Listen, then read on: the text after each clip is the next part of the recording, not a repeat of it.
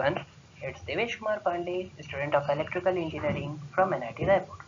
Today I am going to discuss and share a few of my views over the purpose of education system. And first of all, this presentation is prepared under the shadow of Department of Humanities and Social Sciences.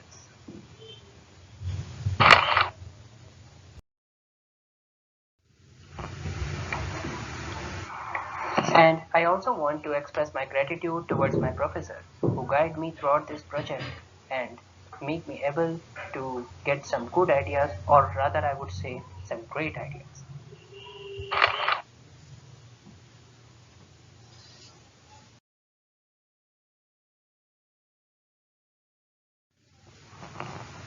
So there comes the list of contents. First, what is education and what is the need of education system? Then I will discuss some of the reasons and then the purpose of education, along with some silent features and interpersonal skills. Then importance of interpersonal skills and importance of bilingual language.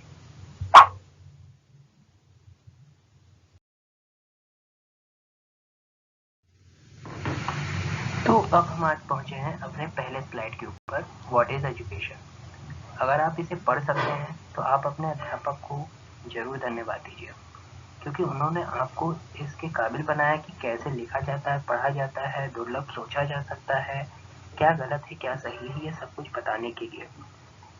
यहाँ पर मैंने एक famous quote George Orwell ने जिसे लिखा था वो बताता हूँ, ज़्यादातर लोग इससे अवगत हैं।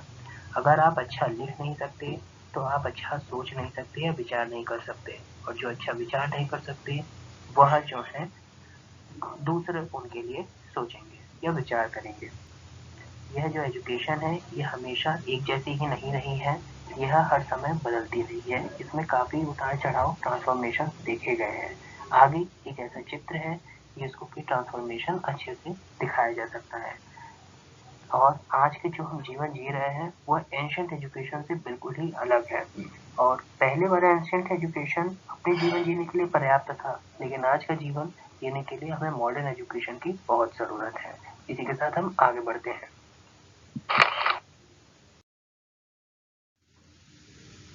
तो यहाँ पर जो है मैंने एक पिक्चर शो की है, जहाँ पर एक तरफ हमारी एंशिएंट एजुकेशन को दिखाया जा रहा है और दूसरी तरफ एक मॉडर्न एजुकेशन को। इसी के साथ ट्रेडिशनल क्लासरूम और मॉडर्न ऑनलाइन क्लासरूम को भी दिखाया जा रहा है। तो यहाँ पर ये एक ट्रांसफॉर्मेशन को बता रहा है कि किस तरीके से हमारा जो एजुकेशन है उसमें फ्लक्चुएशंस आए और अल्टीमेटली वो एक बहुत ही बेहतर ढंग से ट्रांसफॉर्म हुआ। तो इसी के साथ अब हम आगे बढ़ते हैं।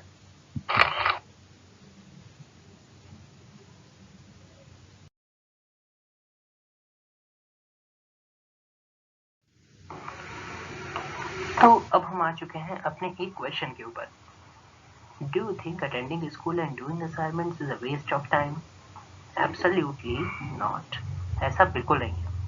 बहुत लंबे समय से सभी लोगों द्वारा, समाज के द्वारा ये कहा जा रहा है कि आप अगर शिक्षित हैं तो आपके पास बहुत सारा पैसा हो सकता है, धन शोहरत हो सकती है। This is true but partially true. ये पूरे तरीके से सच नहीं है। एजुकेशन से आप बहुत सारे चमत्कार कर सकते हैं। आप अपनी फैमिली, सोसाइटी को बहुत सारे अलग अलग क्षेत्रों में जो है उनको बढ़ा सकते हैं, उनका जो है एक हिसाब से कल्याण कर सकते हैं, एक स्टेबल और एक स्टिमुलेट कम्युनिटी बना सकते हैं। यहाँ पर मुझे एक बहुत ही बढ़िया संस्कृत श्लोक याद आता है जो कि ये भी बता सकता है कि प्राचीन काल से ही ये बात चली आ रही है। ज़्यादातर लोग इस श्लोक से अवगत भी हैं। विद्या ददाति विनयम विनयाद याति पात्रताम पात्रत्वात् धर्मापनोति धनात् धर्म तथा सुखम। इसका मतलब है कि विद्या से विनय की प्राप्ति होती है और विनय से हमें पात्रता की प्राप्ति होती है, पात्रता से हमें धन की और धन से धर्म की और धर्म से सुख की प्राप्ति होती है। इसका यही हम मतलब निकाल सकते हैं कि शिक्षा कितनी ज़्यादा ज़रूरी है एक खुशहाल ज़िंदगी जीने के लिए। इसी के साथ अब हम आगे बढ़ते हैं।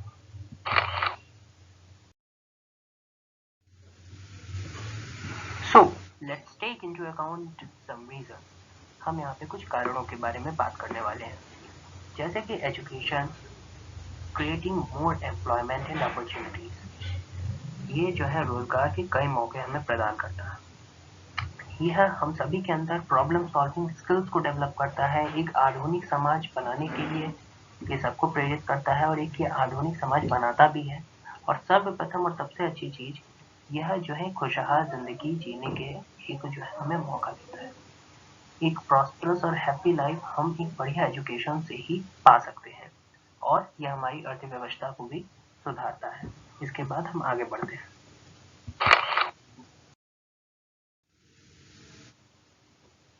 तो अब हम आ पहुंचे हैं पर्पस ऑफ एजुकेशन के ऊपर।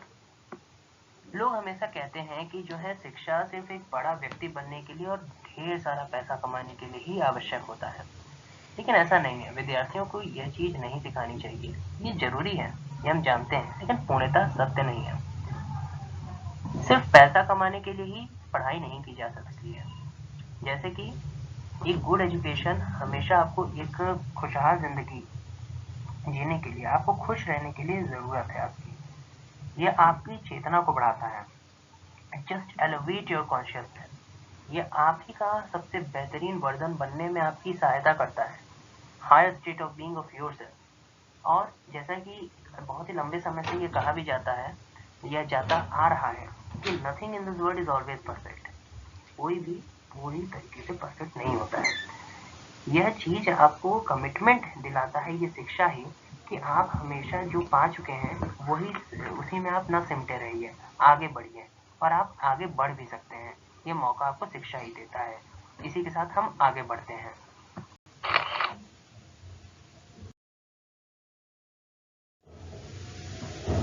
तो अब हम आ पहुंचे हैं salient features of a good education system. यहाँ पर मैंने दो चीजें ही शुरुआत करी हैं, जिससे encourage research work and smart educator. हम जानते हैं कि आज के समय में हम एक बहुत ही फास्ट चेंजिंग वर्ल्ड में रह रहे हैं और यहाँ पर हमें दूसरों के साथ कंपटीशन करने के लिए, प्रतिस्पर्धा में रहने के लिए भी जो है रिसर्च वर्क को इनकरेज करने की ज़रूरत है, ताकि हम उनसे आगे रह सकें। तो सबसे बढ़िया उदाहरण है कि एजुकेशन सिस्टम में अगर हम उसको रिवार्ड करें, जो कि सबसे ज़्यादा हाईएस्ट एकेडमिक अकोलेड हो, जो कि सबसे ज़्यादा अच्छा हो, तो यह दूसरों के लिए भी प्रेरणा का स्रोत बन सकता है और ऐसा करना भी चाहिए। इसके अलावा स्मार्ट एजुकेटर्स आज के जीवन में हम ये जानते हैं कि अध्यापक किसी भी विद्यार्थी की पूरे जीवन में जो भी उसका व्यक्तित्व होता है उसको निखारने का कार्य करता है।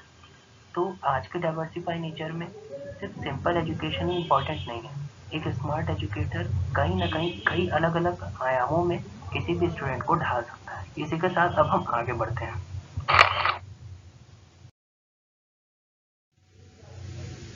तो अब हम आ पहुंचे हैं थोड़ा आगे, अभी काफी बचा है।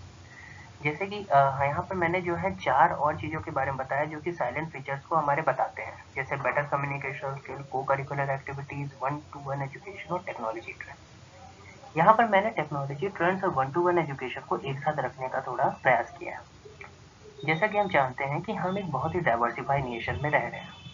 यहाँ पर सबका सोचने का, समझने का और याद करने का, लर्न करने का जो एक तरीका है वो सबका अलग होता है। Some can learn at a faster pace and some at a lower.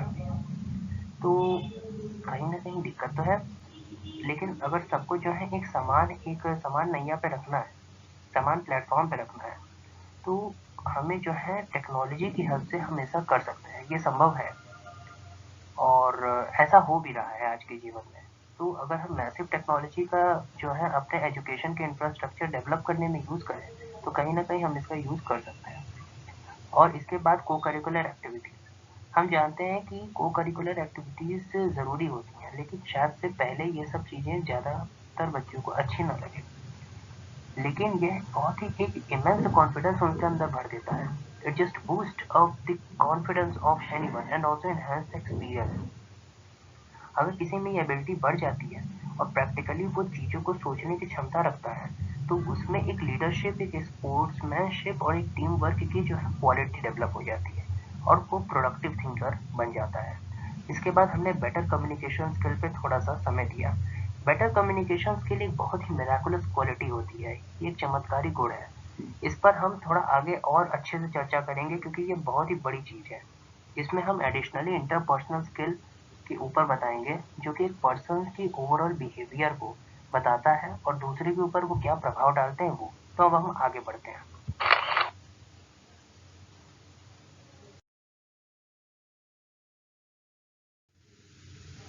तो अब हम आ पहुंचे हैं इंटरपर्सनल स्किल के ऊपर। मैंने यहाँ बताया है the overall development of one's personality. यह किसी भी पर्सन की पर्सनैलिटी पर एक बहुत ही बड़ा इम्पैक्ट डालती है। इंटरपर्सनल स्किल को हम हिंदी में जो है पारस्परिक कौशल के नाम से भी जानते हैं। ये एक ऐसी स्किल है जिसको आप अपने रोजमर्रा की जिंदगी में किसी न किसी रूप में जरूर इस्तेमाल करते हैं। The skills you need and use to communicate and interact with each other. यह जो है आप अपनी रोजमर्रा की जिंदगी में भी इस्तेमाल करते ही करते हैं। लेकिन अगर आपने एक सही ढंग से सही दिशा में इसमें अपना प्रयास किया तो फिर आप इंटरपर्सनल स्किल को कहीं ना कहीं एक बहुत ही अच्छे ढंग से मास्टरी कर पाएंगे इसमें। यह आपको, अगर आपने इसमें भी बहुत ही अच्छा योगदान दिया, अपना थोड़ा भी अपना समय दिया, तो कहीं ना कहीं यह आप में एक ऐसे पर्सनालिटी के रूप में उभरेगा कि आप दूसरों के सामने काफी अट्रैक्टिव पर्सनालिटी के रूप में, एक पर्सन के रूप में जो है उभरेंगे। इसी के साथ हम आगे इसके इम्पोर्टेंस पे थोड़ी बात करते हैं।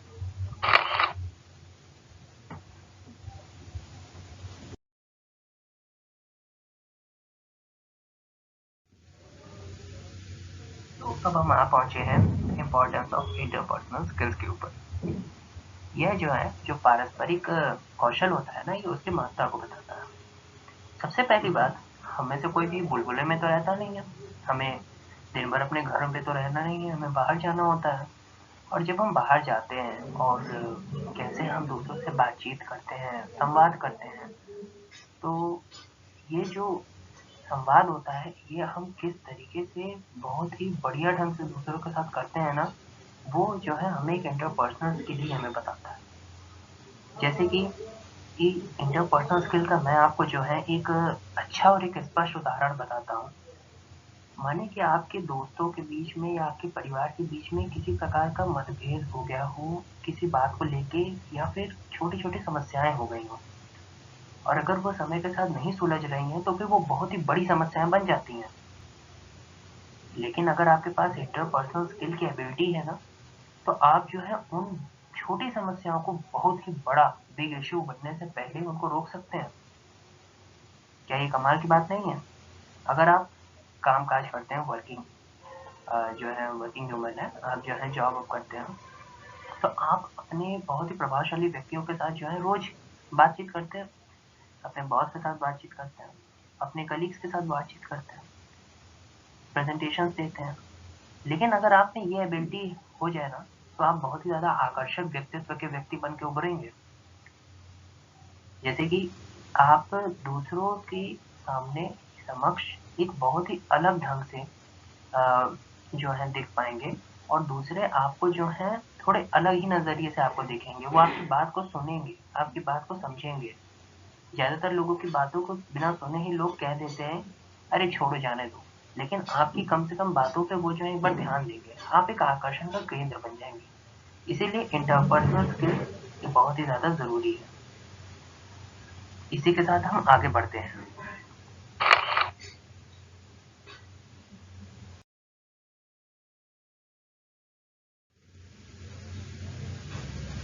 अब हम आ पहुंचे हैं इम्पोर्टेंस ऑफ बाइलिंगुअल एजुकेशन के ऊपर। हम ये चीज बहुत ही अच्छे से जानते हैं। मान लीजिए कि मैं एक उदाहरण देता हूँ कि अगर मैंने जो है किसी को कोई रिसर्च पेपर दिया, और मानिए कि वह जो है हिंदी बहुत अच्छा समझ रहा है और कोई दूसरा इंग्लिश बहुत अच्छा समझ रहा है, तो हमने वो रिसर्च पेपर दोनों को दिया बारी बारी से, एक बार हिंदी दिया, एक बार इंग्लिश दिया। तो ज्यादा अच्छा कौन कौन वाला स्टूडेंट समझेगा? जो हिंदी होगा वो हिंदी बेहतर समझेगा, और जो इंग्लिश वाला होगा वो इंग्लिश ज्यादा बेहतर समझेगा। लेकिन दूसरी लैंग्वेज उसके लिए समझना मुश्किल है। हालांकि उसको वो आता होगा, लेकिन उसके लिए मुश्किल होगा समझना, और समय भी लगेगा।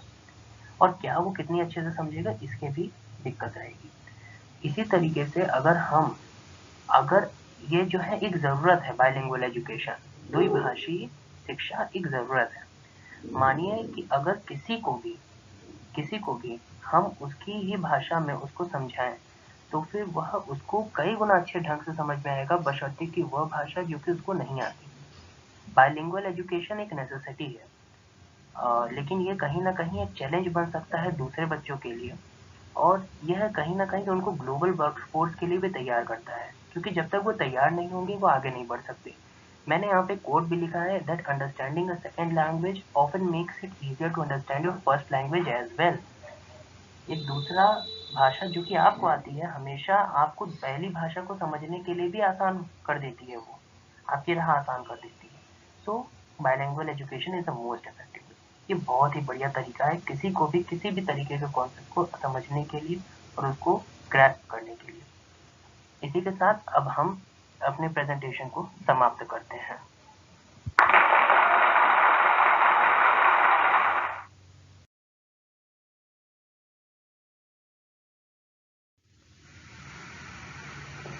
सो we come to an end. Thank you, धन्यवाद।